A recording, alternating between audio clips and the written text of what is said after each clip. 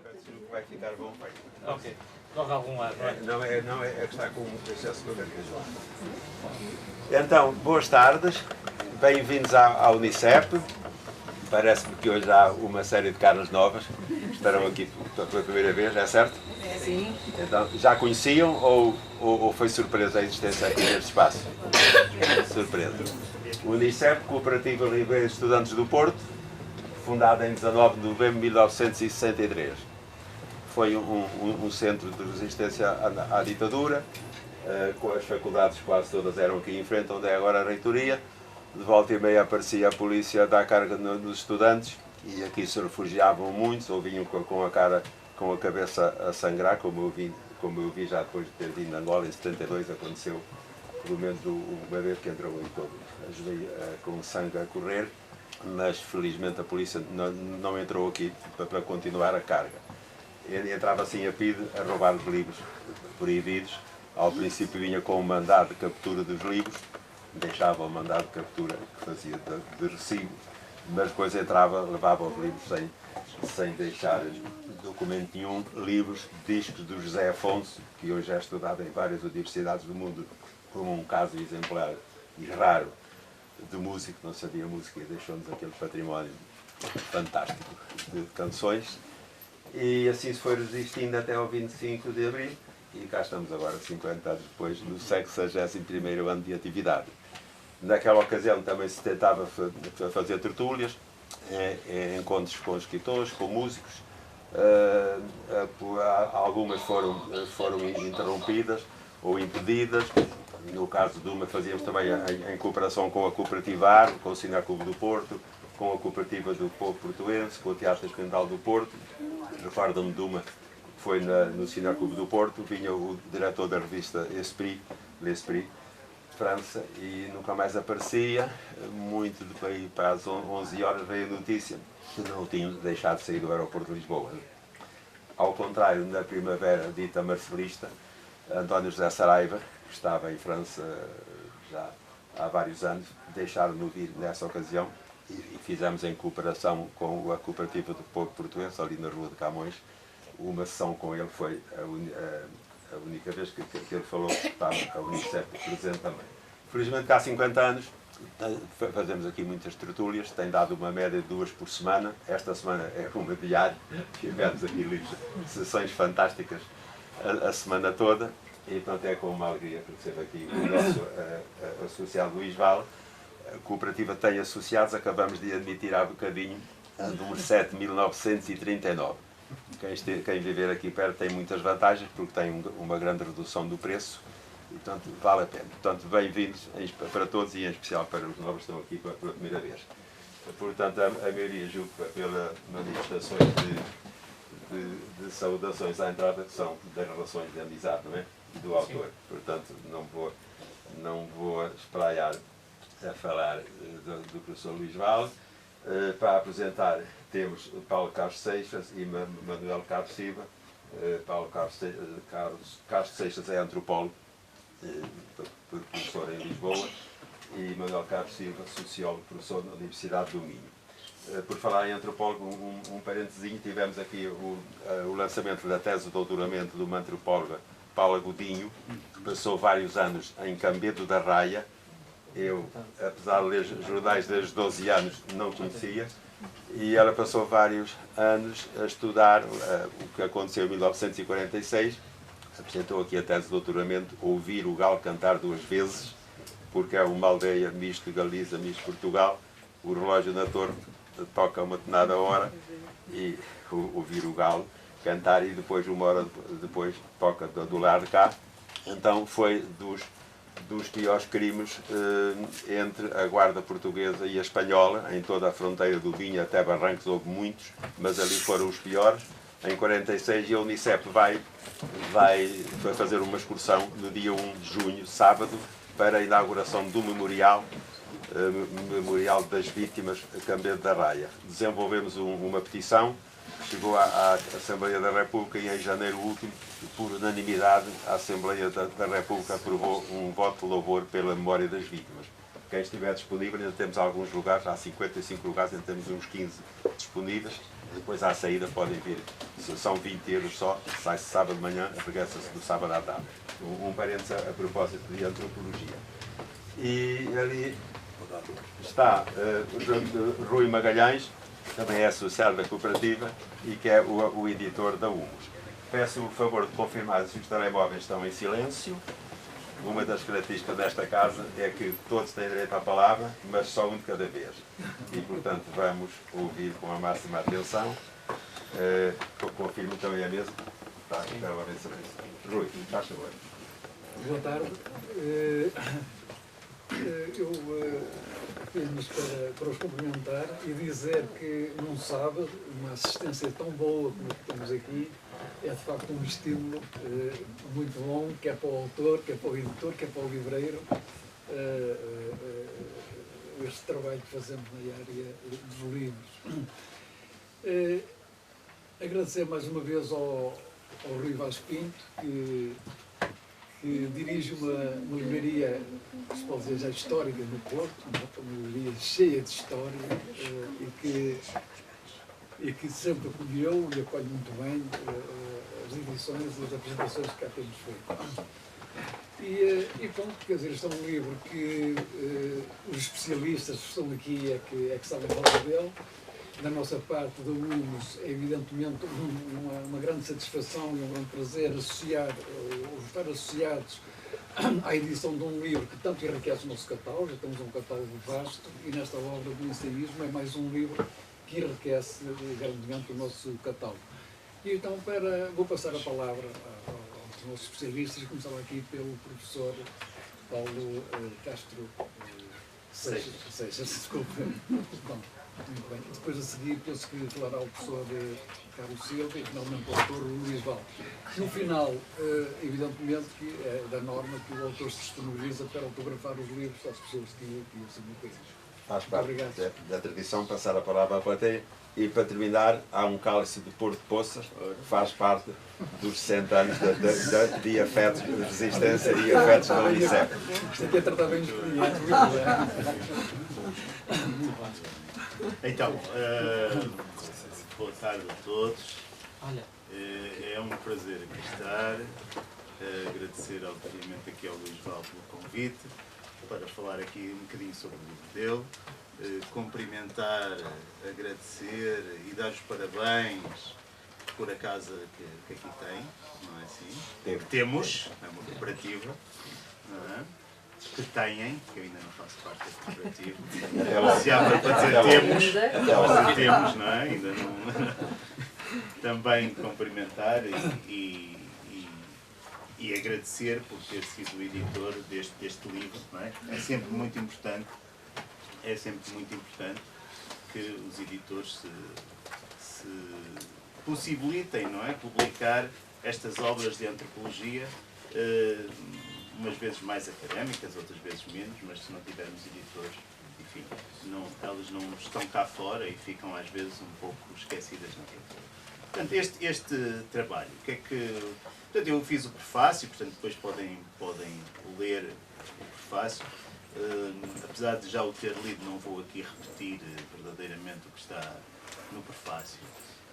Mas o que me parece aqui importante é que, em parte, há um mundo que nós, mesmo tendo as nossas origens lá, o mundo da terra, não é? O mundo dos lugares, muitas vezes esquecemos. E se não esquecemos, mesmo sabendo em parte, como aqui está, porque estou a dizer, alguns esqueceram, e é só a segunda vez que o Luís Valde vai lá que eles se lembram e depois chamam o Luís Valde do terreno, não é? Portanto, um antropólogo é uma pessoa que faz terreno, vai lá uma vez, vai lá duas, à primeira não traz nada, parece que vai só passear, à segunda é que traz mais alguma coisa, é um trabalho, enfim... difícil neste sentido, que é um trabalho de pequenas recolhas, depois é preciso fazer sentido dessas recolhas, não é? E depois é preciso, o Luís Valde diz isso muito bem, é preciso depois ainda fazer o sentido escrito para passar para as pessoas. Portanto, por um lado nós esquecemos uma série de coisas, por outro lado, mesmo sabendo dessas coisas da terra, não lhes sabemos completamente o sentido. E um desses aspectos é esta linguagem. Há uma trama de linguagem, há uma gramática que tem a ver com as nomeadas. As nomeadas, como o Luís Val diz neste livro, podem ir desde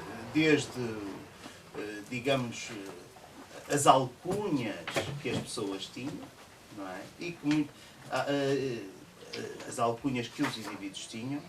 Essas alcunhas muitas vezes estavam relacionadas com as suas famílias, portanto, com aquela questão, a quem pertences? Não é?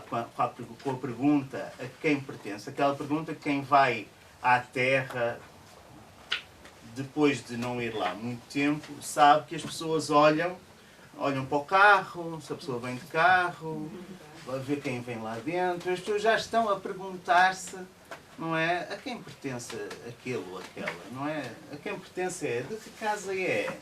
De que casa é? Pronto. E depois se a pessoa diz, não é? No meu caso, sou dos Seixas ou sou dos Castros, depende da aldeia onde eu vou, eles dizem, com uma expressão facial ou de outra maneira, já sei, quer dizer, já sei, és um bom sacana, és daquela família, ou então já sei, és boa pessoa, pronto, o que quer que seja. Quer dizer, não é o indivíduo que vale, não é? O que vale é as gerações. Há, digamos, uma densidade geracional que se perdeu no mundo urbano. O mundo urbano não tem essa densidade geracional, não é? No mundo urbano, a pessoa, o que é que fazes? E agora muita gente não faz nada, não é? Portanto, quer dizer, ou faz uma coisa hoje e faz outra amanhã, portanto, nem sequer conseguimos captar a pessoa pela pergunta, o que é que fazes? Portanto, é uma pergunta que cada vez é mais problemática. Mas de facto, nas aldeias, a questão é a quem pertences, não é? De que casa é? Você de que casa é, não é? E depois de nós nos localizarmos, é natural que surja desde logo uma nomeada, não é? Que é a nomeada da família, não é? É dos não sei quê, ou dos não sei o que mais. Para além disso, as aldeias têm também uma nomeada. Muitas aldeias têm uma nomeada. E, portanto, há aqui uma linguagem entre aldeias, não é? Que existia e existe aqui, mas que existe em muitos espaços do planeta, não é? Em muitos meios rurais, agrícolas, de sociedades agrícolas. De certo modo, era uma forma de estabelecermos um mapeamento. Não é? Um mapeamento a muitos níveis. Desde logo este mapeamento entre o caos e a ordem. Não é? Normalmente a nossa aldeia era a ordem e cada aldeia terminava no caos. Portanto, a aldeia seguinte, não é? No termo da nossa aldeia, nascia para nós o caos e na outra aldeia acontecia a mesma coisa. Eles eram a ordem e nós éramos o caos. Não é? O Lévis trouxe num texto Raça e História, diz isso muito bem, no sentido em que cada povo, cada aldeia, em qualquer sítio do planeta, eles é que eram os humanos, os outros eram as pulgas, ou as formigas da terra, ou os cães, os porcos, enfim. Pronto, a animalização do outro é a maneira mais simples, continuamos a ter isso, não é? As cabras, os cabrões e por aí fora, não é? A animalização do outro é a maneira mais simples de o estigmatizarmos, de o excluirmos, mas tem uma lógica, que é esta lógica da ordem e do caos. Cada aldeia é ordem, no seu termo é o caos, não é? Portanto, há uma lógica que é circunferencial, não é? É uma lógica circunferencial e portanto, estabelece-se desta maneira. Esta lógica também, em muitos casos, em muitos povos do mundo, relaciona-se com o património e o matrimónio. Ou seja, com quem os da minha aldeia podem casar, com quem se podem relacionar, com quem se podem menos relacionar, não é? Portanto, as relações de exogamia. O Machado Paes tem um trabalho muito giro a esse nível, em que refere o pagamento do piso. Não é? Nós temos esta expressão, que não sabemos muitas vezes de onde é que vem, mas ele explica, que é fazer-se ao piso. Estás-te a fazer ao piso, quando a pessoa quer namorar uma moça. Não é? E o fazer-se ao piso tem a ver com a relação entre uma aldeia e outra. Que é fazer-se ao piso da outra aldeia, ao chão da outra aldeia. Estás-te a fazer ao meu chão. Lá, estás-te a fazer ao meu chão, não é?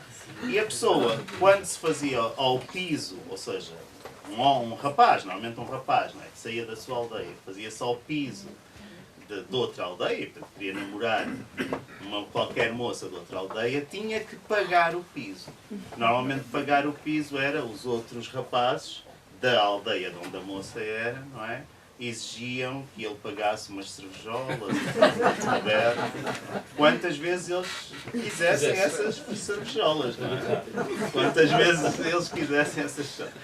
Pronto, portanto, esta lógica, não é? De cada aldeia é um universo e portanto, todos os processos de exogamia e de relação entre matrimónio e património estão mais ou menos mapeados, não é? Portanto, os pais, às vezes as famílias também não gostavam que alguém namorasse os indivíduos daquela aldeia, porque era uma aldeia que não tinha boa fama, por exemplo, não é? Pronto, portanto, estariam de pé atrás. Pronto, há aqui toda uma linguagem que se perdeu. Que se perdeu porque nós transformámos-nos em urbanos, não é? Que principalmente a partir dos anos 60 houve um movimento forte para as cidades e toda esta linguagem dos lugares, porque isto era uma linguagem dos lugares, passou para uma dicotomia, que é uma dicotomia que usámos durante bastante tempo, que é a dicotomia rural-urbano. Portanto, cada vez que referíamos o rural, ao fim e ao cabo estávamos a esquecer, e estávamos a colocar tudo num saco, estávamos a esquecer que esse rural tinha uma linguagem própria, de lugares. Atenção, quando eu estou a falar do rural, estou a falar aqui às vezes a 5 km do Porto. Portanto, estamos aqui em Bragança, mas esse rural dos lugares, sim, em Gondomar, havia um rural dos lugares, em São Mamed em Festa havia um rural dos lugares, enfim, e mesmo dentro do Porto, não é? A lógica dos lugares foi durante muito tempo relevante. Eu lembro-me no meu trabalho de campo aqui no Porto, estava algo que nunca mais me esquece, que estava a entrevistar uma senhora numa ilha, não é? Uma senhora numa ilha e pergunto-lhe, não é? Que é aquelas coisas que nós fazemos, das histórias de vida. Mas então a senhora sempre viveu aqui? Eu não, diz eu não. Então, eu vivia na rua de cima. Eu vivia na rua de cima. Depois, quando me casei, mudei para esta rua. Portanto, esta ideia de que a rua de cima é uma coisa diferente da rua de baixo, não é? Portanto, há aqui, mesmo dentro da cidade, um mapeamento de lugares. Pronto, mas esta linguagem dos lugares, de facto, perdeu-se muito dos seus sentidos e passámos para esse mundo do urbano versus o rural. Que eu aproveito para dizer isto, porque me parece pertinente, não é? Porque aqui eu acho que, quer dizer, estes livros não são apenas livros sobre o passado, nem devem ser entendidos como tal. São livros para nós entendermos o presente. E é nesse sentido que vos trago também esta conversa, porque o rural e o urbano em si mesmo começam a estar pouco atuais enquanto conceitos. Apesar de continuarem a ser usados, começam a estar pouco atuais. Dois autores nos anos 80 do século passado, não é? Jean-Remy e Liliane Voyer, só para estabelecer aqui uma quebra clara, diziam que havia o rural urbanizado e o urbanismo ruralizado. O que é que eles queriam dizer com isso? Queriam dizer que as pessoas já não poderiam ser, mesmo nos anos 80, já não poderiam ser definidas em função das categorias rural e urbano. e isto é pertinente, porque ainda há pouco tempo o nosso Presidente da República utilizou as categorias rural e urbano para caracterizar dois primeiros ministros. E já nos anos 80 diziam estes autores que as categorias rural e urbano por si próprias não eram muito importantes, porque o que interessava verdadeiramente era se as pessoas eram móveis ou não eram móveis. Ou seja, um indivíduo que vive em Lisboa e que viveu toda a sua vida numa determinada rua, num determinado bairro, é um local.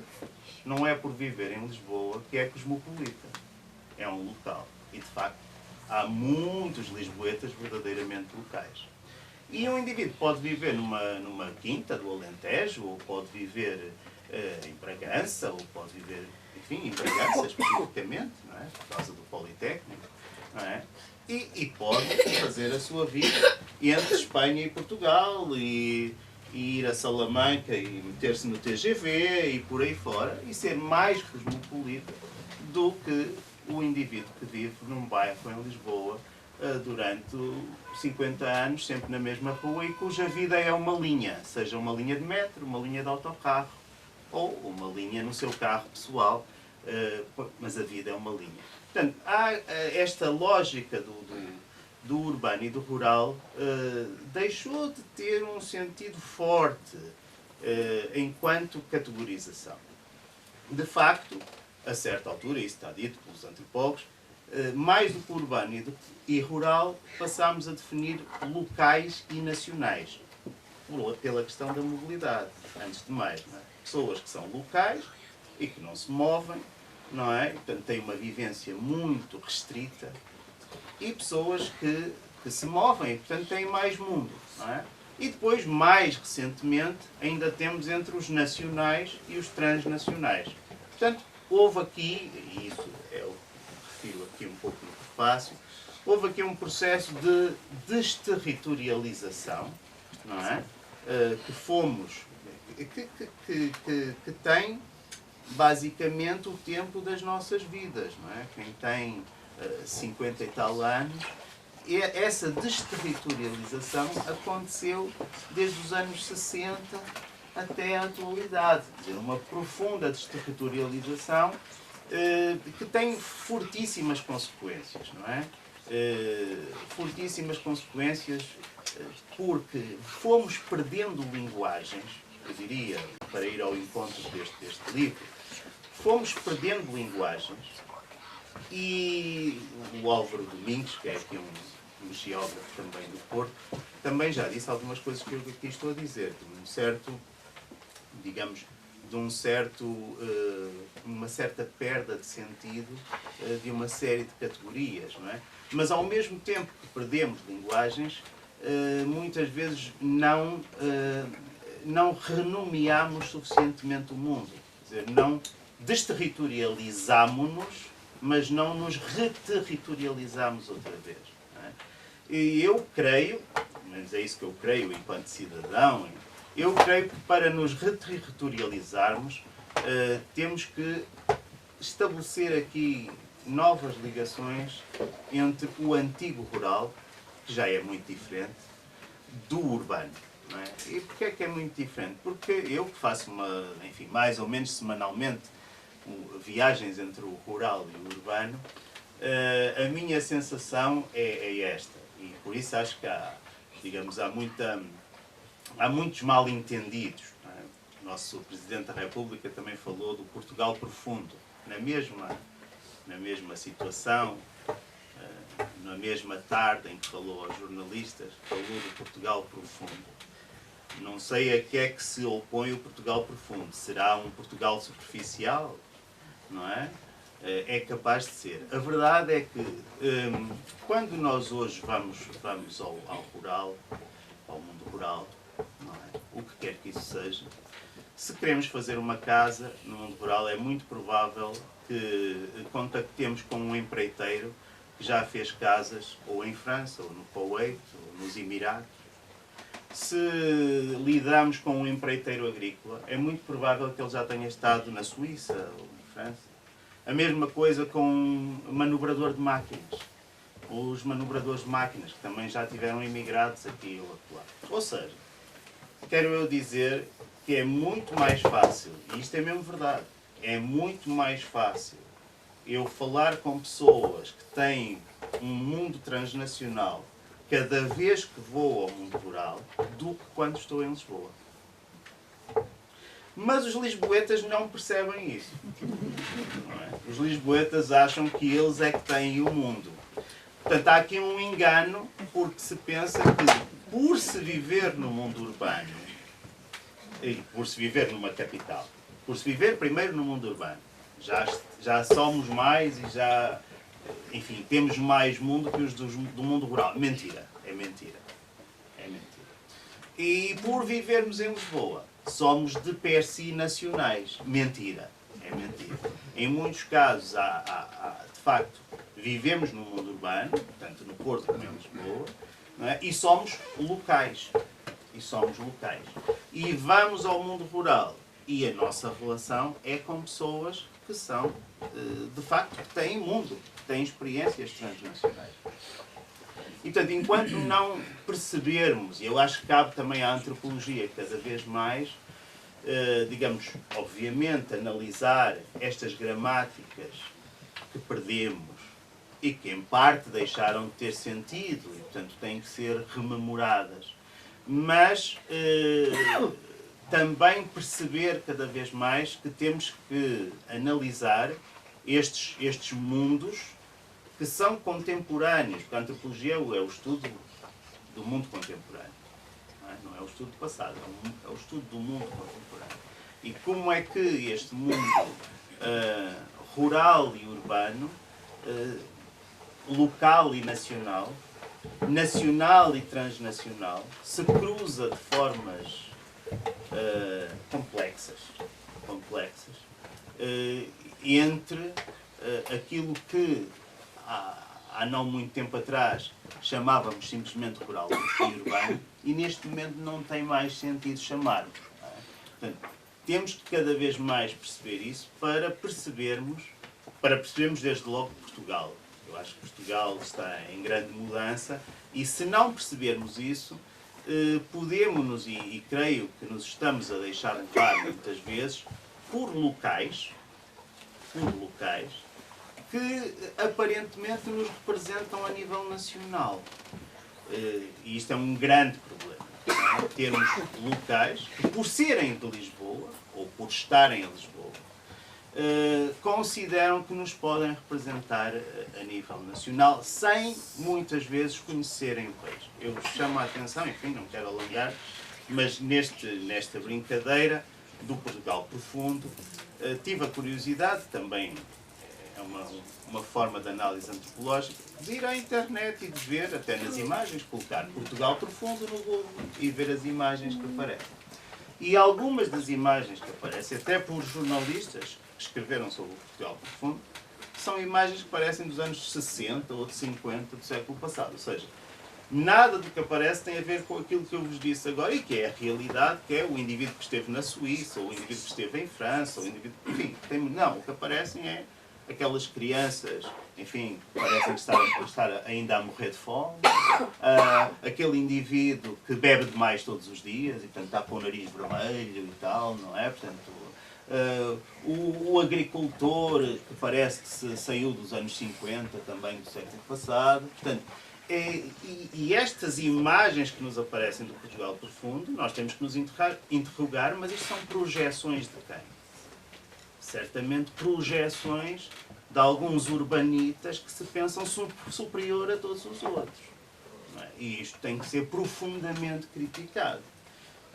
Profundamente. E que a comunicação social alimenta, reproduz, sem haver uma crítica, porque a verdade é que estas pessoas que estão no mundo rural e que têm mundo, não têm verdadeiramente voz em Lisboa e no mundo urbano.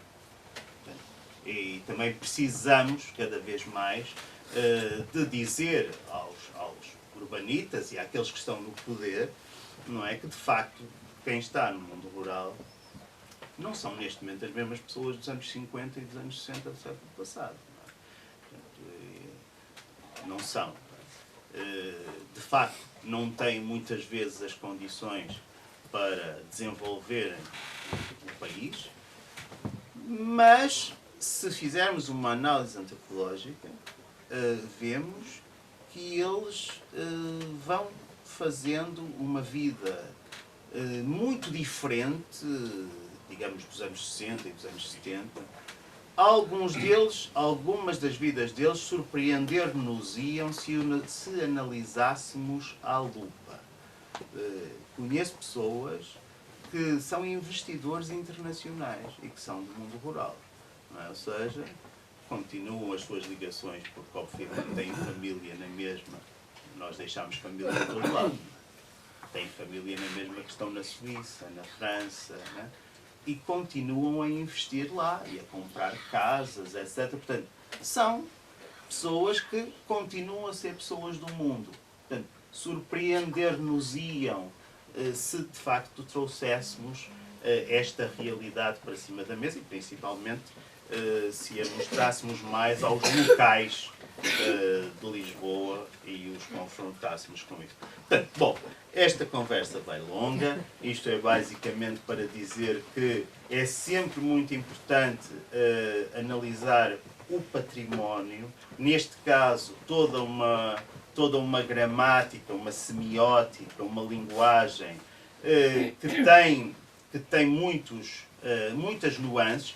Em grande parte perdeu-se, porque as identidades locais, é isto que eu queria dizer, perderam-se, em função de outras que são muito mais transnacionais, não é? Porque os rurais, hoje em dia, em muitos casos, são transnacionais, não é? Mas estas nomeadas significam também que todos nós precisamos de uma gramática que nos ligue entre nós, um mapeamento do mundo. Muitas vezes nós todos estamos perdidos no mundo, ou seja, porque temos uma falta de uma gramática, não é? O mundo ficou demasiadamente aberto. Eu sou a favor de um mundo aberto, mas ficou demasiado aberto no sentido de conseguirmos mapear o mundo, não é? E muitos de nós fazemos a nossa vida, em grande parte, perdidos, porque perdemos este mapeamento das nomeadas. E ainda não renomeamos o mundo. Precisamos de renomear o mundo para nos reorientarmos. Portanto, esta também é uma chamada de atenção para isto. Obviamente que eu estou a ir um pouco para além do livro do Luís Val, mas creio que o objetivo é sempre isso, porque o Luís Val acabou uma tese de mestrado, que é este livro, mas está a começar a fazer uma tese de doutoramento e, portanto, vai falar na sua tese de doutoramento dos novos corais e das novas dinâmicas de corais, e por isso o que eu estou aqui a fazer é também instigá-lo a fazer isso de uma forma interessante.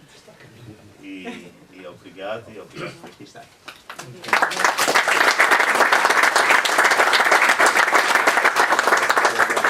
E agora passo a palavra ao Carlos Silva, que foi também meu professor. Portanto, temos aqui um circuito de professores. Carlos Silva foi meu professor no mestrado e é um grande sociólogo. Muito obrigado. Eu, antes de mais, queria agradecer o convite para estar aqui presente. Saudar, certamente, o Rui Vaz Pinto por este excelente trabalho, pela direção e coordenação deste excelente trabalho da cooperativa. Saudar também, certamente, o Rui Magalhães, que conheço de longa data, de vários anos, como responsável da Humus, e que este livro, mais ainda, numa coleção que eu sou responsável e que também vai, certamente, enriquecer a coleção. Saudar também o Paulo, que de facto foi meu aluno, mas agora foi um brilhante aluno na altura, mas que agora é um excelente colega. Eu acho que tenho que saudar por estar aqui na presença com ele. E por mim, não menos importante, ao autor, obviamente, e a todos os presentes. Eu queria dizer que foi com muito gosto que eu aceitei para fazer a apresentação deste livro sobre as nomeadas em Trás-os-Montes, uma região que, embora não tenha estudado, dá-me sempre prazer, pelos amigos também, que de facto são de uma excepcionalidade em termos de acolhimento, de hospitalidade, e isso sou testemunha, digamos assim, não é? E muito mais, como já disse, acompanhado aqui pelo Paulo Seixas. Quero dizer que, embora não seja especialista de Trás-os-Montes, trabalhei 2 aldeias no Minho, Baixo e Alto Minho, Lindoso no Alto Minho, a Guiar no Concelho de Barcelos, no Baixo Minho, que, embora não seja a mesma realidade, tem traços e fragmentos de nomeadas, como todos conhecemos e que o Paulo também disse. Ou seja, há parcelas das nossas vidas, sobretudo no mundo rural, no passado, mas ainda, apesar de tudo, ainda no presente, que são aspectos da vida, neste caso camponesa, de que sou originário, sou filho de uma camponesa e, nesse sentido, vivi na aldeia e sei estas relações interfamiliares e intercomunitárias e aquilo que elas significam em termos daquilo que o Luís Val tratou das nomeadas em Trás-os-Montes. Como diz o Paulo Seixas logo no prefácio, dar nome é criar mundo, é produzir cultura, é traduzir cultura e, de certo modo, ligar-nos uns aos outros na base dos vínculos pré-existentes, em termos familiares, obviamente, e que se podem reforçar a nossa identidade. Como havia um autor, que é, para mim, um dos autores de síntese, tal como Bourdieu, Norbert Elias, dizia que não há sociedades sem indivíduos, mas também não há indivíduos fora da sociedade.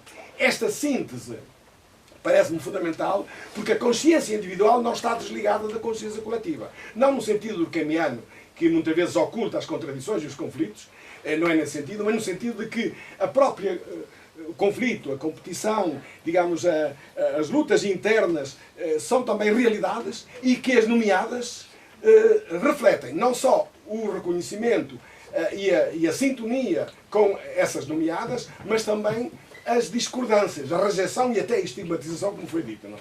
Portanto, tratar das nomeadas é tratar de expressões de cultura, como outras expressões da religiosidade popular e outras, que são fenómenos que, perante a globalização, como já disse o Paulo, estamos a sofrer um processo de desterritorialização.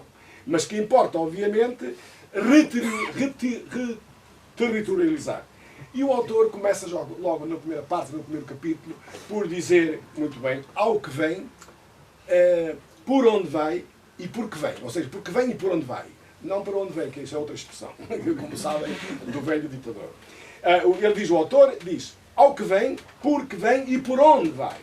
Isto é importante porque vai tratar dos processos de nomeação, tem um caráter de identidade, de diferença, de alteridade, de diferenciação, no quadro do chamado património cultural. Património cultural que está enraizado nas condições materiais e digamos, nas condições materiais e objetivas, mas também é motivo de interpretação, em que se interpreta as construções feitas e herdadas do passado, mas que são reconsideradas, reconstruídas nas vivências, etc, etc.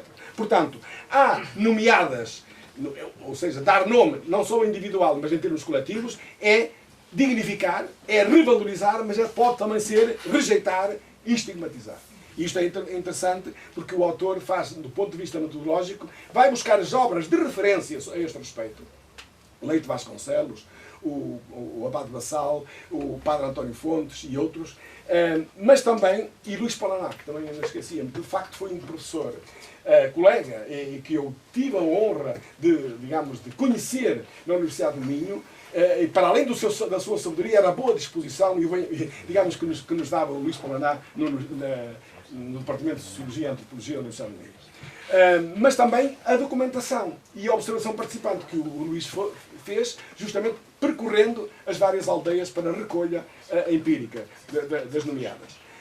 Debruça-se o Luís com profundidade e extensão sobre os étimos, os conceitos e as teorias num quadro que ele chama de enquadramento. Enquadramento teórico, depois entre aspas, mas acho que não necessitava de colocar entre aspas, porque de facto ele faz uma revisitação antropológica da cultura buscando os clássicos, Taylor, Malinowski, Levi-Strauss, etc., mas também dos mais recentes. Hobsbawm, que é um historiador, obviamente, mas também Chauvet, vários autores que, de facto, são muito importantes para este tema, nos processos de patrimonialização e das diversas abordagens. Não vou aqui agora cansá-los com essas diversas abordagens, que ele trata.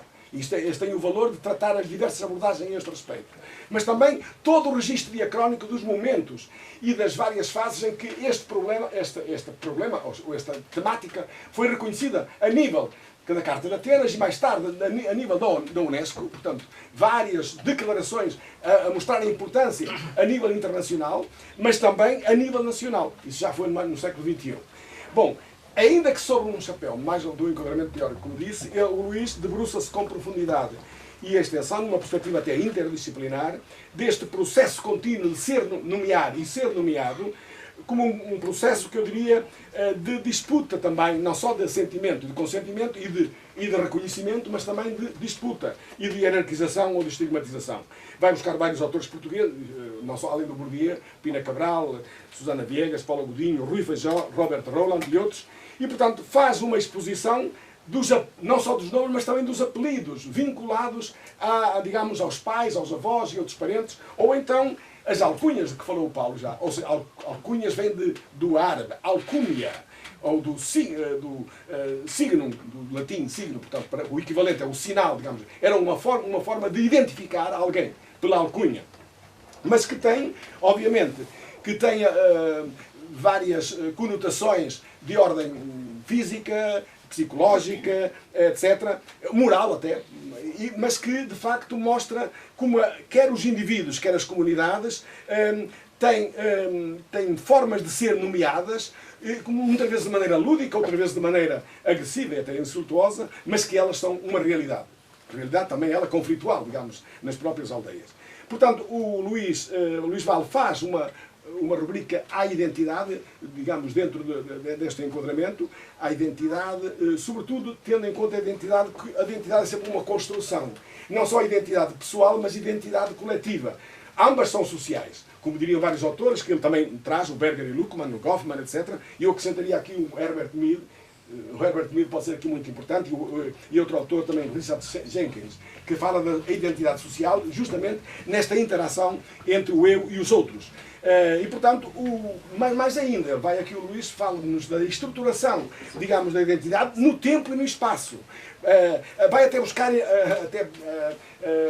certas expressões retiradas de Freud, a arquitetura anímica ou a comunidade imaginária do Anderson, etc. Portanto, ou seja, a linguagem e a memória são dois instrumentos ou duas faculdades centrais para justamente os processos de territorialização, processos de reprodução, de sedimentação dessas memórias ao longo do tempo, são fundamentais para perceber, e aliás o próprio Paulo Seixas fala-nos da pressão constrangedora da socialização, que aliás, na continuidade de outras reflexões. Portanto, eu creio que esta conceptualização do eu e os outros, esta fronteira, ou linha de fronteira, de facto é também trabalhada muito bem pelo Luís Vale, que nos mostra como uma memória é fundamental, a fixação, a continuidade, a retenção, conservação, mas também reconhecimento e localização.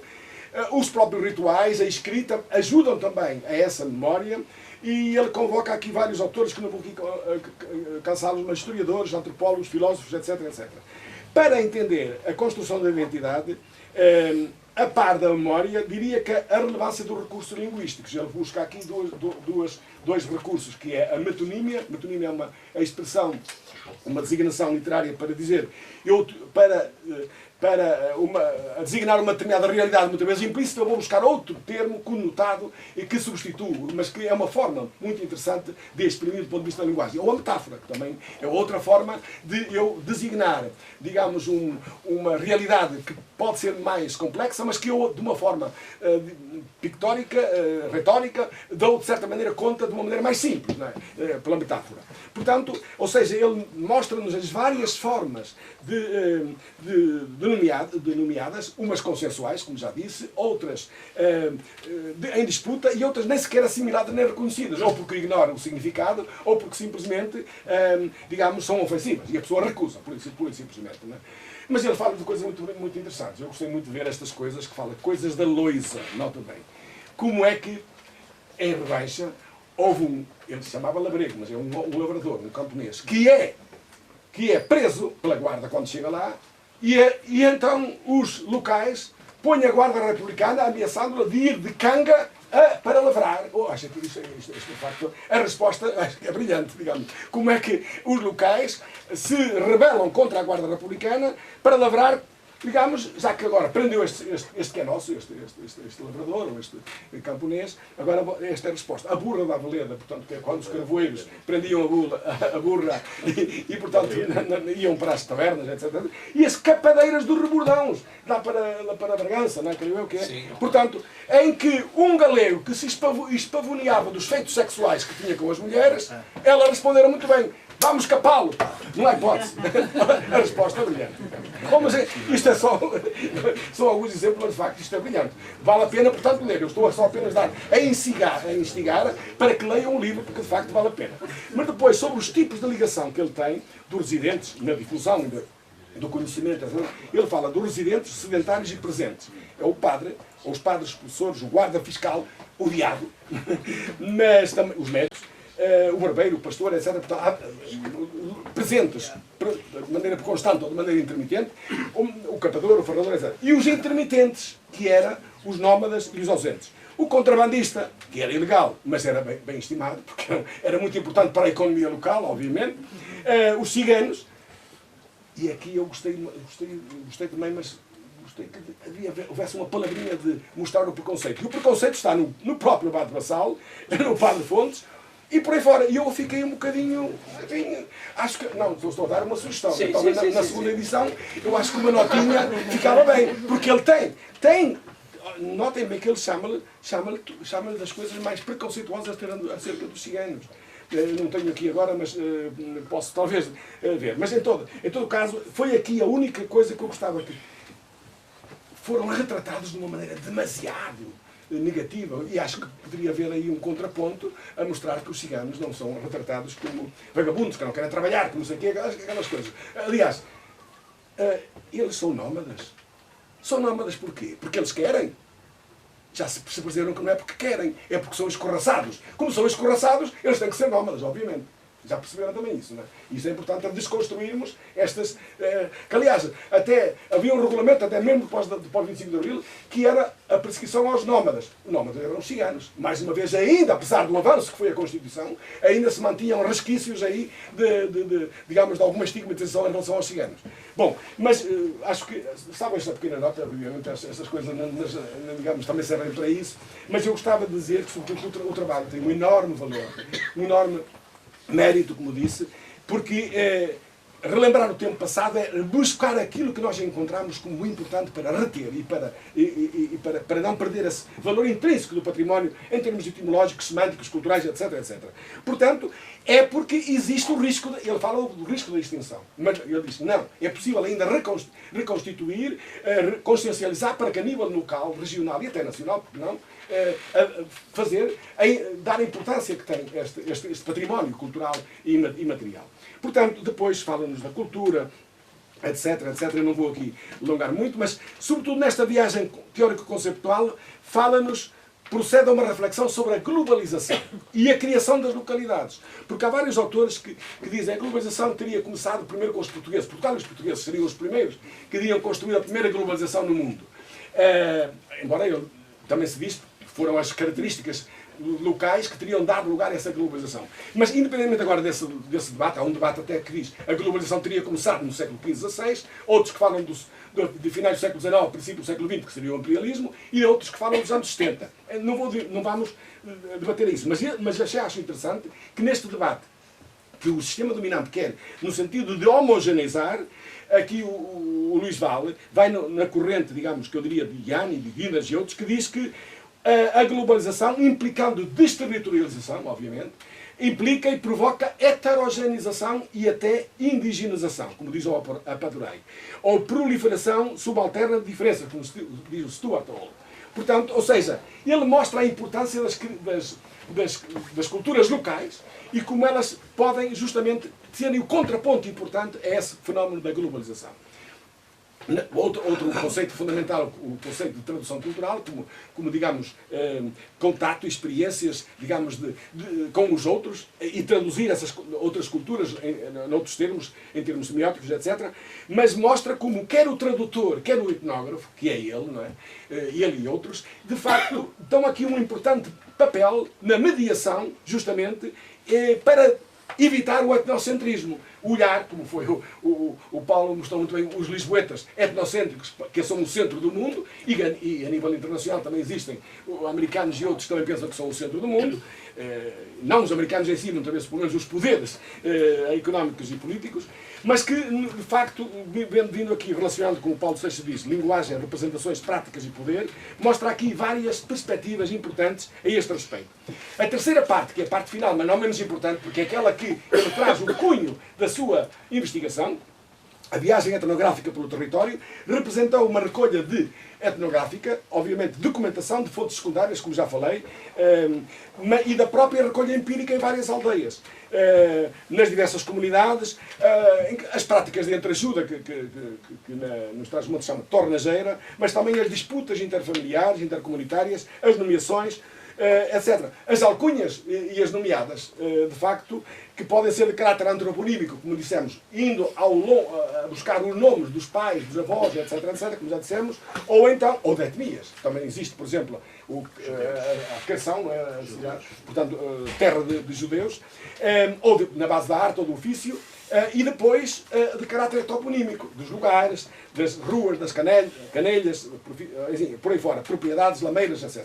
Portanto, ou seja, nomeadas coletivas como uma realidade imaginada, mas que teve o seu lugar, o seu poder, foram fenómenos culturais fundamentais e que estas narrativas ditas ordinárias, não são ordinárias, mas ordinárias, representam a democratização, de certa maneira, das várias interpretações.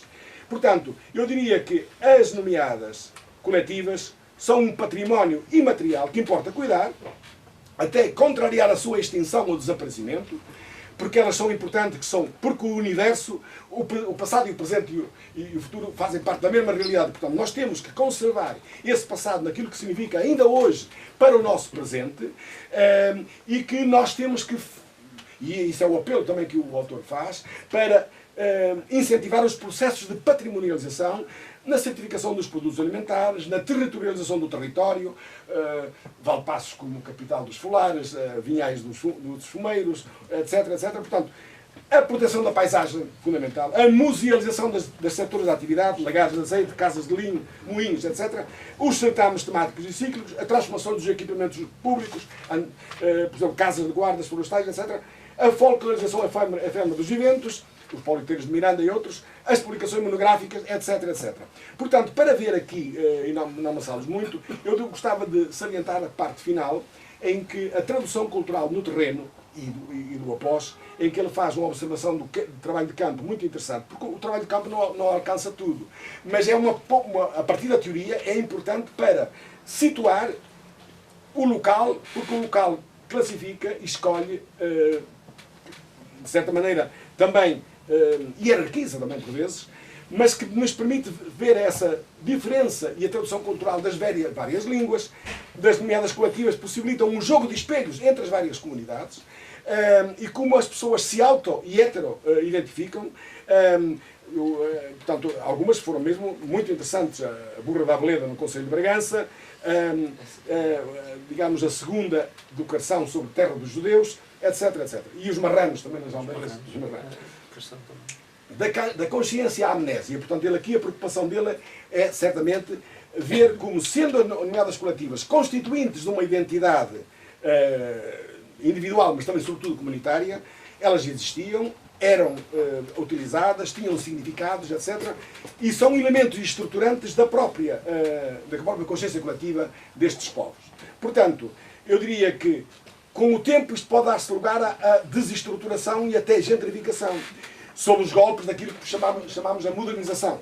Ou seja, e ele, sem qualquer tipo de nostalgia, ele quer trazer-nos que há um desajustamento entre as realidades, concepções dadas do passado e as necessidades do presente. Mas com isso quer dizer que, para evitar o desaparecimento, obviamente que importa, ter presente o passado, o presente e o futuro como dimensões de uma só realidade. E, nesse sentido, este trabalho foi um esforço enorme, muito, muito importante, para justamente, desse ponto de vista, trazer à reflexão atual aquilo que nós herdamos E, claro que ele está a falar de Trás-os-Montes, mas podíamos falar de outras regiões que fazem o todo nacional.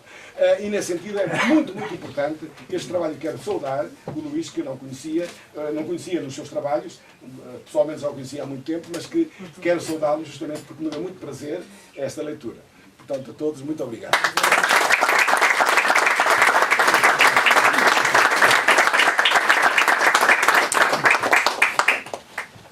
Boa tarde a todos.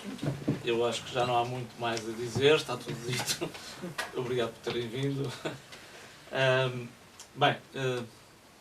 Obrigatoriamente agradecer, antes de mais, a vossa presença, terem despendido parte da vossa tarde, ou a tarde toda, de um sábado, finalmente com um bom tempo, para estarem aqui, mais ou menos, para estarem aqui connosco, comigo. Agradecer ao Rui Vaz Pinto, da Unicep, por me receber. Ao Rui Magalhães, da UMOS, que eu não conhecia pessoalmente e que tive o prazer de conhecer hoje, a disponibilidade e a aceitação para a edição deste trabalho. Estou muito satisfeito, gosto muito do trabalho que foi realizado, acho que está um livro muito bem produzido, e, portanto, o meu agradecimento, e esperemos que, sendo um primeiro, que possamos ter novos momentos como este. E depois, uma palavra muito especial para estes dois senhores que estão aqui à minha esquerda e à minha direita, porque são duas referências para mim há muitos anos. O professor Manuel Carlos Silva, que eu conheço já há algum tempo, como amigo, nunca foi meu professor, mas que na Sociologia é para mim uma referência há já bastantes anos, e em especial o professor Paulo Castro Seixas, velho amigo, velho professor, velho professor, eu também já sou velho, por isso. Foi meu professor em 1994, portanto, a primeira vez foi meu professor em 1994, portanto, há 30 anos, quando eu iniciei a licenciatura de Antropologia. E depois voltou a ser o meu professor mais tarde. E também queria partilhar convosco, porque é verdade, e foi assim que aconteceu. Devo ao professor Paulo Castro Seixas este projeto das nomeadas, porque no âmbito do mestrado em Estudos Culturais que iniciei e não concluí na Universidade de Fernando Pessoa, me lançou o repto de pegar nesta coisa das nomeadas, que era algo desconhecido enquanto objeto de estudo, para desenvolver, e a cadeira chamava-se Etnicidade, Identidade, Memória Social. Okay. Já não se recordava. Não. Ok. Eu também tive que ir lá ao fecheiro buscar. Pronto, e portanto está justificada, está o momento cosmogónico deste processo, que já leva 16 anos, ou quase 16 anos, e portanto foi a origem a este senhor lhe devo esta longa jornada. E também agradecer-lhe as palavras do prefácio, como é lógico, que se disponibilizou. Aliás, foi com este discurso que eu o tentei convencer a escrever o prefácio, dizer-lhe que não se esqueça que foi o professor que me convenceu a pegar nesta questão das nomeadas coletivas. Bem, o que é que são as nomeadas coletivas? Ou as nomeadas? O Teófilo Braga dizia que eram ditados tópicos, isto no início do século XX, mas podemos conhecê-las por outros étimos. Alcunhas, epítetos, anexins, apodos. Por exemplo, no Alentejo, que há muito trabalho também desenvolvido nesta área, são os apodos coletivos. E não são mais do que qualificativos, normalmente pejorativos, são descritivos ou prescritivos, criam hierarquias, são discriminatórios e estigmatizantes, na maior parte das vezes. E são étimos utilizados para não só identificar, mas, no meu ponto de vista, diferenciar os indivíduos. Fala-se muito da questão da identidade, e é verdade, mas nessa dimensão identitária, para mim, é mais importante ou é mais relevante a questão da diferenciação do que propriamente da pertença ou da identidade. E tal como já foi aqui dito pelos meus ilustres professores, a nomeação é algo que é omnipresente, ou era omnipresente, neste universo, nestas comunidades rurais. Tudo e todos eram passíveis de nomeação, de serem apodados, de serem nomeados. E, portanto, as nomeadas individuais, coletivas, a antroponímia, a toponímia em relação aos lugares, a maior ou menor ou micro, e a coisonímia, um termo que eu não sei se existe, mas que eu refiro-me a ele, todos os objetos, toda a parafernália daquele universo tinha direito a receber um nome peculiar. Portanto, as nomeadas são isso. Relativamente a Trás-os-Montes, eu tenho que também fazer aqui uma referência a esse vasto território que tanto me diz a mim e a muitos dos que aqui estão. Portanto, tem sido, é e desconfio que continuará a ser ad eternum para mim o meu terreno. O tanto que há para fazer por lá, o tanto que eu ainda tenho que fazer em Trás-os-Montes. E não me faltará trabalho, não me faltará terreno para trabalhar. Tendo em conta que me considero um transmontano nascido na Invicta, aqui, eu nasci aqui, os meus referentes, sem dúvida alguma, isto em termos existenciais, confessionais, os meus sentimentos de pertença, a minha pertença é transmontana, não tenho qualquer dúvida em relação a isso. Durante muito tempo, e agora já nem tanto porque estou mais sedentário, mas durante muito tempo a sensação que tinha era que neste jogo entre Bragança, ou a região de Bragança, e o Porto, eu vivia no IP4. Era basicamente, era a sensação que tinha, era que passava a maior parte do tempo em trânsito do que propriamente lá o lugar. E, portanto, esta percepção, ou esta sensação de que sou um transmontano da Invicta, também me leva a dizer que, e é outras das discussões que existem, ou se calhar hoje já nem tanto, mas existiram há pouco tempo atrás na antropologia, que era a ideia da antropologia em casa, não é? De trabalharmos naquilo que são os nossos territórios, aonde pertencemos, e que, para o bem e para o mal, é a percepção que eu tenho, ou seja, eu continuo a trabalhar naquele sítio onde eu me sinto confortável, onde conheço e me reconheço pessoalmente e também profissionalmente. Aqui há uns anos atrás, um amigo comum, o Sean Parkwest, dizia-me: tens que sair, pá, tens que sair de Trás-os-Montes, pá, só queres Trás-os-Montes, tens que ir para um sítio diferente. E eu só lhe dizia: oh, Sean, mas o Sean é um amigo antropólogo também do professor Paulo, americano, que faz trabalho de campo. É um apaixonado por Portugal, americano, e que vem recorrentemente. Não tem vindo. Não tem. Também está muito sedentário, não é? Abrusou-se. E ele dizia-me: tens que sair, tens que experimentar outras coisas.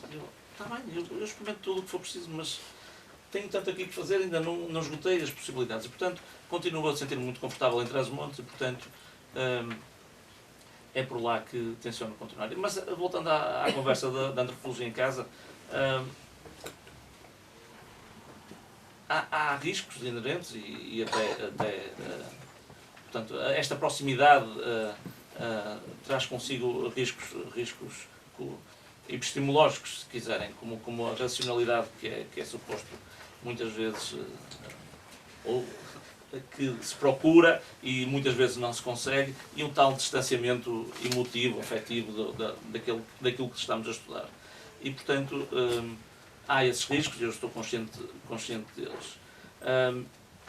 Mas, por outro lado, o facto de estar a fazer a antropologia em casa, ou dos meus terrenos serem a minha casa, também me traz algumas vantagens, ou pelo menos é assim que eu entendo, que possivelmente a outros colegas que não estejam em casa, não consigam alcançar.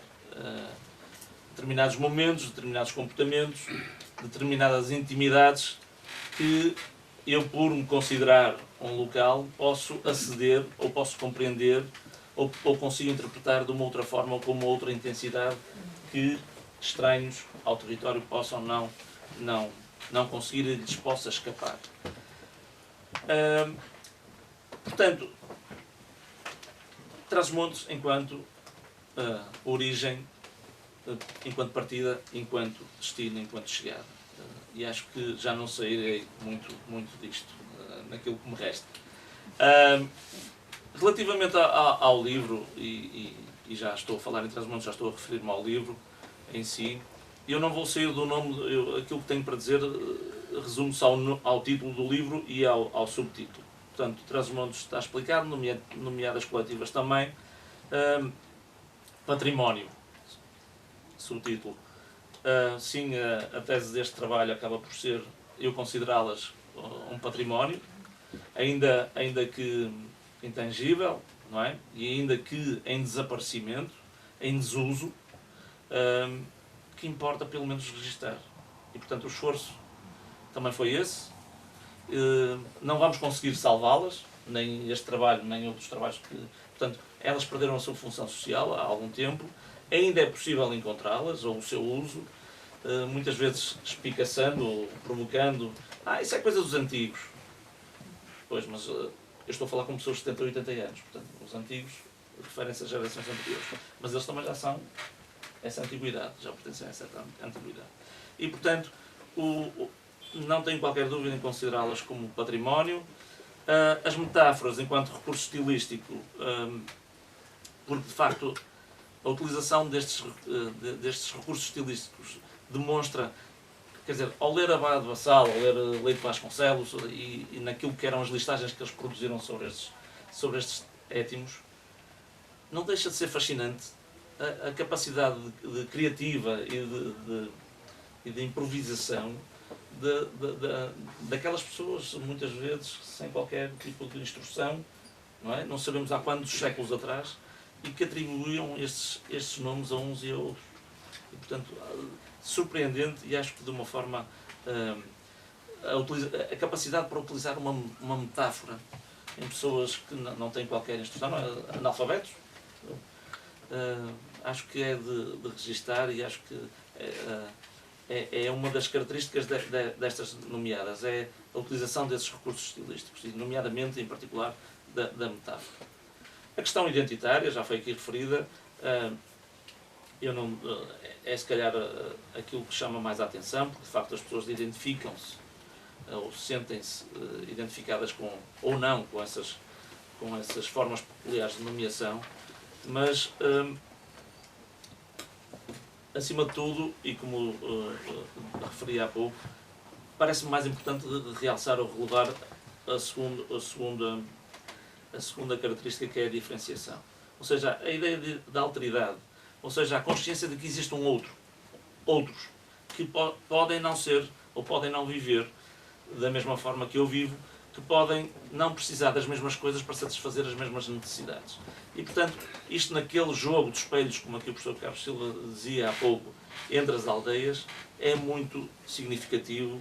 E outra das características que eu acho que se calhar não é exclusivo de Trás-os-Montes, acontecerá um pouco por todo lado, andamos sempre à procura daquilo que nos diferencia e não daquilo que nos se assemelha, não é? Andamos mais à procura das descontinuidades do que das continuidades. E, portanto, acho que nas nomeadas também percebemos muito bem esta procura por essa descontinuidade.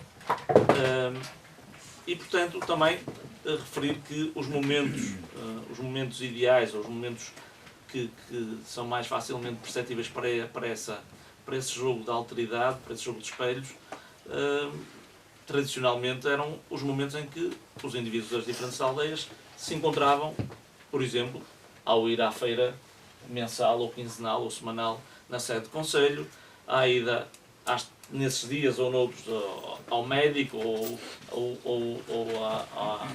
a uma repartição pública, ou ainda em qualquer taberna de qualquer aldeia, sempre que alguém de fora entrava. E isso ainda hoje não é fácil, mas é possível identificar, e eu tenho memória de alguns desses momentos ainda que em dias de festas, funerais, batizados, seja o que for, mas em que há essa possibilidade de encontro.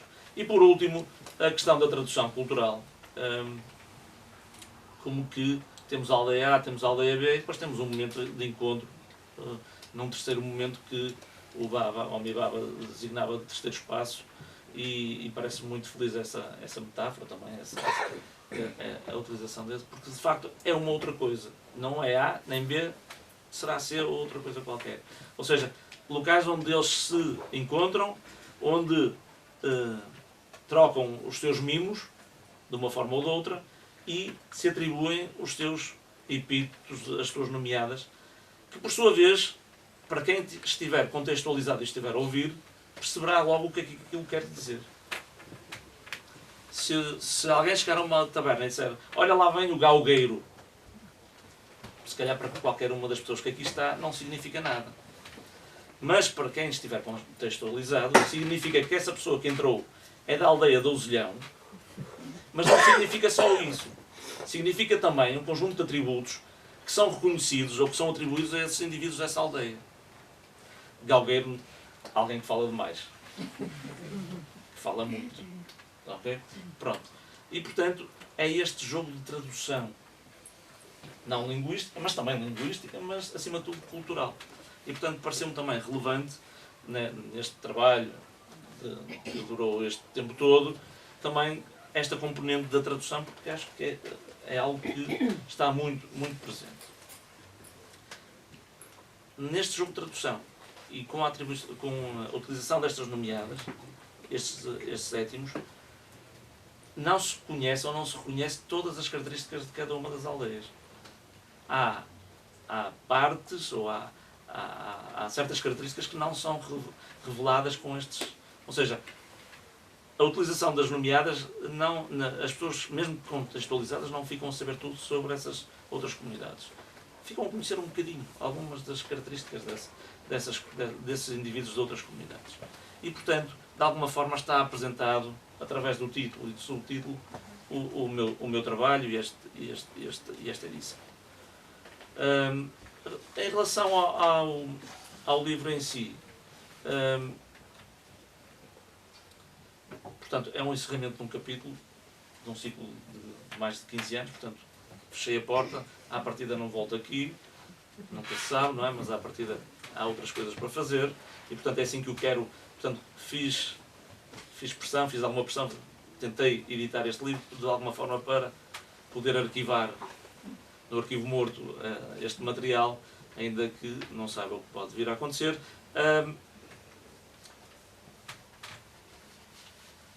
Também dizer-vos que não fica esgotado este tema, ou seja, este trabalho não esgota o tema das nomeadas, há muito ainda por fazer.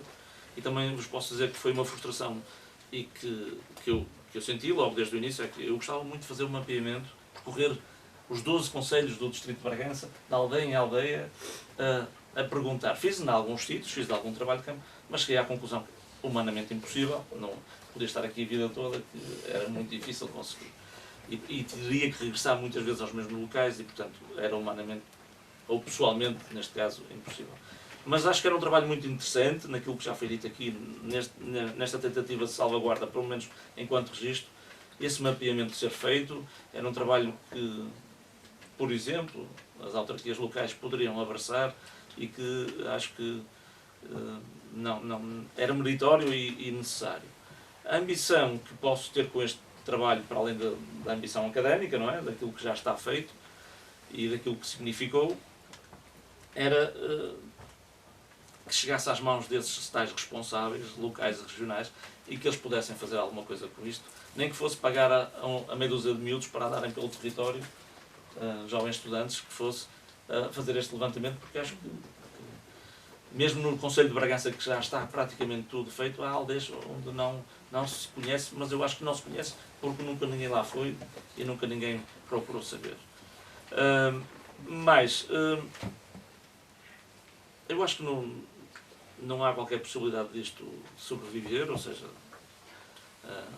irá desaparecer com a renovação das gerações, até porque a ruralidade, esta nova ruralidade, naquilo que o professor já fez o favor de dizer que eu estou a fazer, aquilo que se percebe é que a ruralidade já não é local, ou seja, essa ruralidade já significa estar em vários sítios, entre a cidade, entre o urbano e o rural. Portanto, como eu acabei de dizer logo, ou comecei por dizer, eu sou um rural nascido na cidade, mas continuo-me a sentir um rural, e portanto a ruralidade também será isto. É e será isto. E portanto estas novas gerações terão muita dificuldade porque não houve essa comunicação, ou perdeu-se essa comunicação intergeracional, e portanto não vai ser fácil conseguir fazer chegar isto muito mais além. Ainda que eu seja um crítico desta moda que existe hoje em dia de patrimonializar tudo e mais alguma coisa, porque acho que é um exagero, e há uma corrida para se patrimonializar tudo e mais alguma coisa, a verdade é que isto acaba por não ser mais do que também uma forma de criar património, ou seja, estamos a patrimonializar, e pronto, é o meu contributo para que isto possa de alguma forma ficar registado, sempre com consciência de que ficou muito por fazer.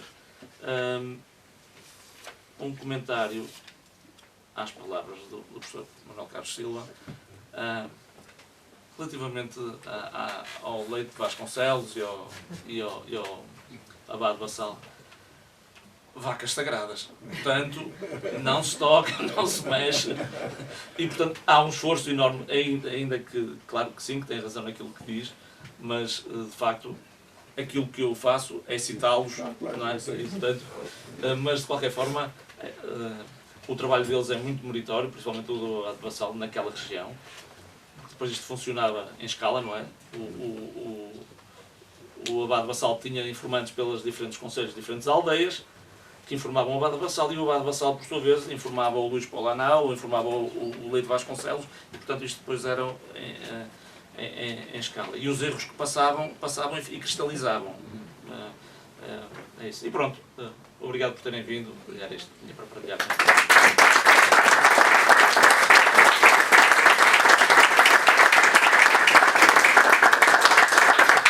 Se alguém quiser fazer algum comentário, colocar alguma questão, estes senhores estão à disposição. Façam Olha, favor. eu gostava de fazer um comentário, se me permitirem. Boa tarde a todos. Ainda bem que vim, gostei muito, mas era dirigido, gostei muito de ouvir a mesa. Eu sou uma transmontana nascida em Trás-os-Montes, em Miranda do Douro, como tu saberás, te lembras disso, embora a afinidade que tenho é com Sendim, com E, não é? Não Sandim. E queria te perguntar, portanto, essa questão das nomeadas é-me super familiar. Eu tenho do lado materno e paterno, e depois usava-as convenientemente. Lembro-me quando ia, portanto, vivi sempre aqui desde muito cedo no litoral, em Gaia, Vila Nova de Gaia e no Porto, e portanto quando lá ia, a minha avó, não é? Eu passeava-me com a minha avó, e portanto nos primeiros dias era o dia do reconhecimento, estás cá. As pessoas não me conheciam se eu estivesse sozinha sem a minha avó, nomeadamente a minha avó materna, que era uma ótima relações públicas da localidade, e era exatamente isso. Portanto, ninguém me conhecia, perguntavam de quem eu era. E, portanto, quando eu dizia sou chanqueira, e curiosamente nem foi de propósito, até venho com umas chancas hoje, umas socas, eu dizia sou chanqueira. Era suficiente para eu estar tipificada, localizada, GPS. Portanto, a partir dali, portanto, eu gostava imenso, portanto, vou levar o teu livro, que o Chanqueira pudesse fazer parte daquilo que eu acerto. Não sei, olha, não sei. Vou ficar curiosa. Em anexo Vou ver, estão cheia todos de os termos curiosidade. que foi possível recolher e servindo também da obra desses etnólogos. Portanto, eu sou orgulhosamente transmontana e chanqueira, e portanto queria só dizer, eu percebo perfeitamente às vezes o tempo que as coisas levam é o nosso tempo para materializar, mas acho que isso não deve ser transferido para o acervo morto, porque isto é acervo vivo. Certo. Acho que é património orgulhosamente imaterial. Muito bem. Obrigado. Parabéns. Obrigado. A questão o professor Paulo também referiu isso na intervenção dele. De facto, a mim também me acontecia isso, ou seja, e não era só a mim, era quando aparecia alguém estranho na comunidade, na taberna, se fosse onde fosse, a pergunta era logo de quem és, a quem pertences. não é como é que te chamas, não importa o teu nome. O nome não importa. O importante é referir. E, portanto, e depois, esse é dos, ou é das, no meu caso, esse é dos do Val. Ou seja, o relevante é o núcleo familiar, a linhagem. E não tanto se és Cristina ou... Exatamente, de quem sois. De quem sois, exatamente. Isso também é outro particularismo transmontano. A utilização da segunda pessoa do plural. Que quem sois ou ides, não é? Aqui não se utiliza. Ides ao cinema. Hoje em dia bom, vocês vão ao cinema? Vós ides ao cinema? Em Gaia usava-se ainda há poucas décadas. O vós. Mas não é fácil nas novas gerações de encontrar esse. Não sei se mais alguém quer. Mais questões? Só dar os parabéns, Luís. Só dar os parabéns. Orgulhosamente aqui presente, só dar os parabéns. Não sou transmontana, sou de uma região mais perto, não é? Sou mais perto de cá, sou de Friamundo, terra do Capão. Muito bem. Capital. Queria-te lançar o desafio precisamente por isso. Se um dia quiseres sair de Trás-os-Montes, acho que ali o Val de Sousa e a minha zona de Friamundo tem muito por onde trabalhares, porque mantemos estas nomeadas. Eu própria tenho de linhagem materna e paterna, de materna orgulhosamente Bisca e do pai Vitória. Portanto, reconheço-me em tudo o que vocês falaram. Nenhuma das duas são pejorativas. Não, por acaso não. Por acaso Bisca é por baixo do aço. Exatamente. Tem muito a ver com as tradições e tem muito a ver com a função que a pessoa fazia ou desempenhava num determinado contexto, numa determinada comunidade. Portanto, o meu avô, exatamente, é um bocadinho por aí e pelo jogo. É pejorativo. Sais-me cá uma vista. Sim, ok, mas... No caso não era, no caso Não não era. era. Portanto, quando quiseres regressar para mais perto, acho que tens ali... E come-se bem, não é? E bebe-se bem. Eu ia dizer, uma terra fértil em tudo. Muito Portanto, terra de cultura, de trabalho e de paz, que é o nome da simbologia de Friamundo. Muitos parabéns. Eu também sou de Friamundo. E fazendo jus às nomeadas, pergunto de quem sois? Fantástico. Esta aí eu não esperava. Confesso que não esperava. Esta amiga que está agora a falar é Susana Regadas, é a minha colega no Instituto de Piaget, é coordenadora do curso de enfermagem e teve simpatia de Então, a minha ligação à família de Steipas também. Tal e qual. Tal e qual. Este mundo é muito pequeno. O Regadas é uma apropriação. Portanto, Sim. há 25 Aliás, já é uma há apropriação. um Regadas, foi o meu professor, o padre Regadas. Que é Precisamente. É tio do meu marido. É tio do meu marido. Então não foi pelos nomes, foi pelo de quem sois. Obrigado. Obrigada. Então, mais questões? Alguém quer dizer mais alguma coisa? Estão a ver com o pormenor de Friamundo a confirmação, como queríamos demonstrar, como E fazíamos como nas as aulas de aldeias matemática do continuam CQD. aqui sempre presentes. Exatamente. Parece que não, isto... Mais uma semana em Beleza na Unicep. Faz hoje uma semana celebramos as letras galegas, e há vários anos já que festejamos sempre. No ano passado foi uma sucessão de meia dúzia de semanas. Este ano, as letras galegas é o dia 17 de maio. Como dois professores da Universidade do Minho vieram cá e tinham aulas na sexta, foi no sábado, uma grande sessão. Na quarta-feira, uma historiadora, a Raquel Varela, com um jornalista, professor de jornalismo, uma apresentação fantástica. Ontem foi um livro de contos de um grande romancista e crítico literário, Domingos Lobo, também com o Rui Pereira a apresentar, e hoje mais uma sessão fantástica, uma daquelas tardes em que a gente está a ouvir e fica muito mais rico, a quantidade de coisas que aqui se aprendem. Permitia-me uns pormenorzinhos, a ouvir o Carlos Seixas a falar o fim do limite da nossa aldeia era o caos. Lembrei-me dos romanos, os bárbaros, né? Os outros eram os bárbaros. Que Portugal profundo, uma frase que se vai repetindo há tanto tempo e que realmente não corresponde a nada da realidade. Na minha aldeia, sou de Pombal, todos da minha escola, éramos 52 na mesma sala, 4 classes, todos os rapazes foram para a França, todos, exceto eu. Éramos 52, metade dos rapazes, todos para a França. Depois Suíça, Alemanha, Nova Zelândia, na Nova Caledónia, depois Canadá, etc, etc, etc.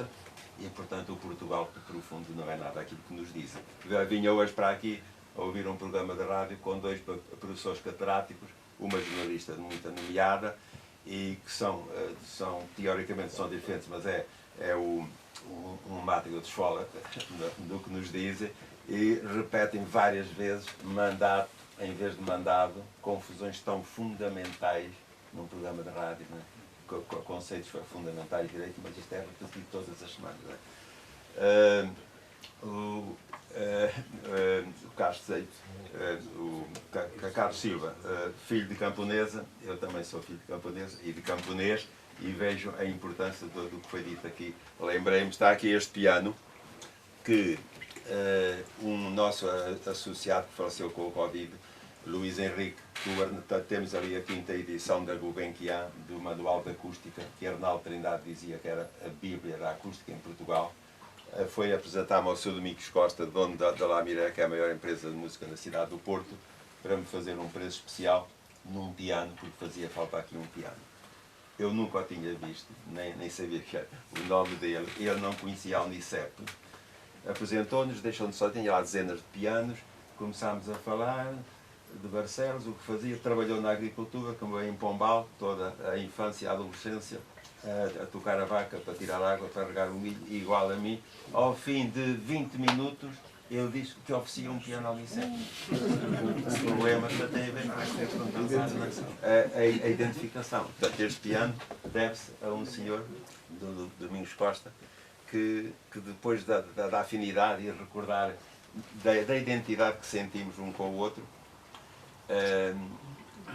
e pronto, são umas pinceladas. Porque não trabalhas, Sean, o americano é Sean. Sean. Temos aqui um livro de Vincent Bevins, um californiano que andou vários anos a estudar as barbaridades na Indonésia no fim de 1965, Indonésia, depois Brasil e Chile, Argentina e Honduras e Guatemala, mas temos ali um livro à venda que é o método Jakarta, que era um código dos Estados Unidos, e ele foi com um intérprete a entrevistar alguns dos sobreviventes, poucos, e não conseguia, não respondiam. Então ele estudou Vassa a fundo e depois foi sozinho entrevistar as pessoas que queria resposta e conseguiu. Temos ali um livro, a Unicep vendeu mais aqui do que todas as livrarias em Portugal, o método Jakarta, já esteve aqui. A propósito de trabalhar na área que faz parte de nós. Muito obrigado. Vou daqui.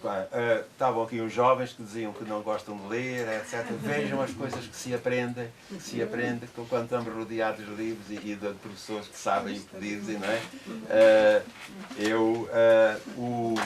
O pisar, como é a expressão que eu não conheci, que usávamos tantas vezes nos bailes há 50 anos em Vila Nova de Gaia, que é fazer só piso. Não imaginava. Estamos sempre a aprender. Cheguei aos 76 anos para aprender esta coisa. Muito obrigado. Façam fila para trás do